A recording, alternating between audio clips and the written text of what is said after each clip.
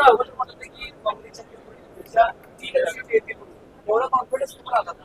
हा? तुम्ही अगोदर म्हणत होते की काँग्रेसच्या किंवा परिषदेच्या 3 जागा येतील. एवढा मी कॉन्फिडन्स तुम्हाला आला? मी मी जमिनीवर काम करतो. मी शहराच्या गल्ली बोळामध्ये प्रत्येक समाज बांधवांशी भेटत होतो, सगळ्यांशी बसत होतो, चर्चा करत होतो.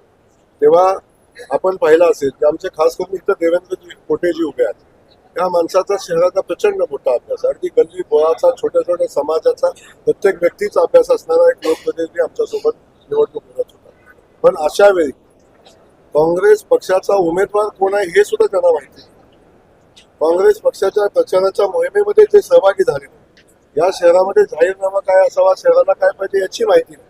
अशी माणसं दिल्लीत बसून जेव्हा या निवडणुकीचं नियोजन करतात तेव्हा याच्यापेक्षा चांगला निकाल येऊ शकत नाही माझी खात्री होती.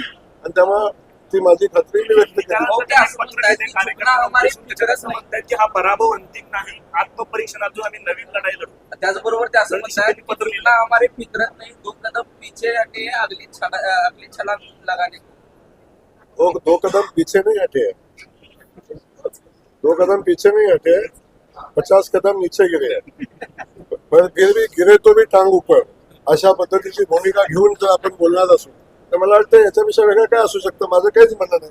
काही खूप मोठ्या पॉलिटिशियन आहेत, दिल्लीच्या राजकारणामध्ये आहेत, राहुल गांधीच्या जवळ आहेत, तिथला अभ्यास खूप चांगला आहे. आणि अशी एक नेता शहराला मिळाल्या की जे दिल्लीत बसून शहरातलं काम करतात, शहराच्या सगळ्या व्यवस्थेवर लक्ष ठेवतात.